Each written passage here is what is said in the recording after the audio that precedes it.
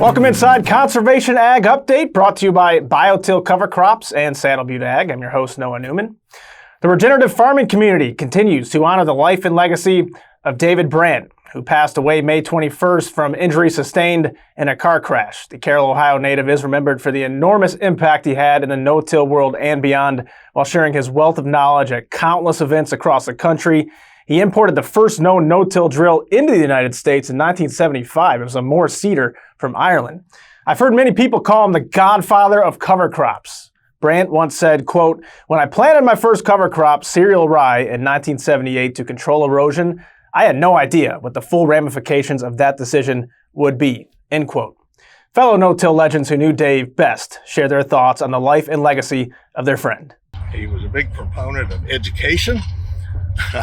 I've conducted a few conferences in my time, and anytime I always invited Dave Brandt, and I nearly always did, to speak, that if he was available, he would be there speaking and sharing his knowledge. Dave Brandt has left a legacy. He will not be forgotten. He was always smiling. He was great on laughs and jokes. Incidentally, the other day I went into our grower websites and typed in the word Brandt, and he shows up in 186 different articles that we've done for either no-till farmer, cover crop strategies, or strip-till. He was been named as a No-Till Innovator in 2015, well-deserving of that award. And anybody who's been no-tilling in Ohio or cover crops across the country, he was the guy that really made it work. People wanted to follow him. They wanted to come to his farm. They wanted to hear him speak. They wanted to have him come speak. And part of that is he made this sacrifice over and over and over again to go to those places, to go to those farms, to go to those people, to go to Europe, to do as much as he could and make all those sacrifices, because this is so important to the future of not only our country, but of the world. And he gets a lot of responsibility for that. I say he's still here because the impacts of all he did is his legacy. So he's everywhere around us because all of these great things he did surround us, and he's still here. So good job, Dave. More on Dave's legacy later in the broadcast. And you may have noticed no-till legend Ray McCormick there in the hospital. He's actually recovering from an accident with his track hoe that nearly killed him. Scary stuff here. He was doing tornado cleanup on his farm when a tree broke through the windshield, got trapped on the levers, and pushed against his body, crushing his leg. Luckily, a friend working hundreds of yards away came to the rescue and saved his life. So our Mike Lessiter and Kim Schmidt visited McCormick in the hospital. He was able to walk on crutches for the first time in 10 days and says he's lucky to be alive. I thought I was never had a chance of surviving. I accepted that, and lo and behold, it pushed me out the back and then settled on my leg, and off across the field we go with the track hoe driving and the log on top of me. And because of some skilled work with a man with a bulldozer, he was able to get out in front of me and circle around and get in front of my tracks and get me stopped and shut the machine off. And then he was able to get some ratchet straps. He didn't have any big chains or anything, and he was able to carefully get that log off the top of me. And here I sit, very happy to be alive. Great to see Ray is doing better, relaxing, and watching the Andy Griffith Show on TV, as he tells us, and you can catch the full interview on no-tillfarmer.com. All right, moving on, let's check in with our good friend Mackane Vogel, standing by at today's Cover Crop Connection. Thanks, Noah. Mackane Vogel here, Assistant Editor for Cover Crop Strategies. Narrow rows and cover crops might prove to be effective for weed suppression in soybeans, according to two new research studies shared by integrated weed management publication Grow. In one newly published study from Michigan State University, Justine Fisher, now an agronomist at Syngenta Crop Protection, concludes that either a cereal rye cover crop or narrow row soybeans can significantly suppress the number and size of herbicide-resistant maristale. The MSU study also shows that combining both practices could give farmers some breathing room during poor spring weather by holding mare's tail flushes at bay until fields are ready for post-emergence herbicide applications. The image on the left shows 15-inch soybean rows with cereal rye and very little weed pressure, while the image on the right shows 15-inch soybean rows with no cover crop and lots of mare's tail thriving. Overall, the study found these two management practices worked best early in the season, shrinking mare's tail density by 90% in plots planted green with narrow rows. This new info could be a game changer for farmers trying to navigate the short, unreliable spray windows of spring and early summer, according to Fisher. In a separate study from Iowa State University, which combined cover crops, narrow row soybeans, and year-over-year weed control, Ram Yadav, a research associate at Iowa State University, found that the three strategies used in unison reduced water hemp biomass by 80%. Take a look at these photos. The top left image shows no cover crop in 30-inch soybeans, compared to the top right, which shows soybeans in 30-inch rows with a rye cover crop. The bottom left shows no cover crop, but this time in more narrow 15-inch rows. And finally, the bottom right shows a nearly weedless soybean field planted in 15-inch rows with a rye cover crop. Yadav concluded that combining all three of these strategies could reduce water hemp biomass by 80% and seed production by 85% at the time of soybean harvest. And if you'd like to read more from either of these two studies, they'll be linked in the webpage for this episode, and they can also be found at growiwm.com. Back to you, Noah.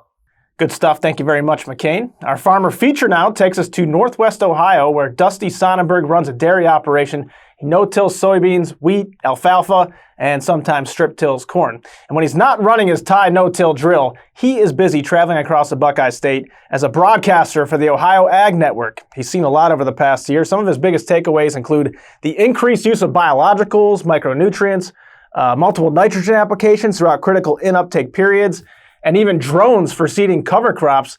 Dusty also learned about one big thing preventing more farmers from using cover crops. I know for some folks, just the cost of the seed has been a deterrent. Cover crop seed is sometimes difficult to find. It's in short supply if the demand is high, and it's not cheap. And so it's sometimes hard to swallow that pill that I'm paying for seed to put out there that I know I am not going to get an immediate, return on that investment. Time now to visit with another farmer who's pulling double duty. Bruce West not only runs his own farm, but he also owns and operates an independent precision hardware and software dealership in Western Illinois. Let's go behind the scenes at West Enterprises, where Bruce tells me he drives an average of 250 miles a day visiting customers across the state. Here's what his most recent Friday morning looked like. It was a busy one. Stop number one, an organic farm to check out this new Treffler Precision Tine Harrow. It kills weeds after soybean planting, and the machine allows the tines to adapt individually to unevenness in the soil. Next up, it's a trip to some longtime strip-till customers in Galva, Illinois, who are interested in adding speed tubes to their planter. Bruce checks out their setup and sees what they need so he can build a quote for the order. Then after a quick lunch at Subway, he visits a no-tilling father-son duo to make sure everything's going smoothly with their new Ag Leader Right Spot sprayer technology. So Bruce is always trying to stay ahead of the curve, and I asked him, what do you think the next big thing in precision ag will be? We all talk about autonomy, and whether it be the individual tractor that's pulling a big 16 and 24 row planter, or swarm technology where we got a whole bunch of 2 rows, that's the thing that we're talking about.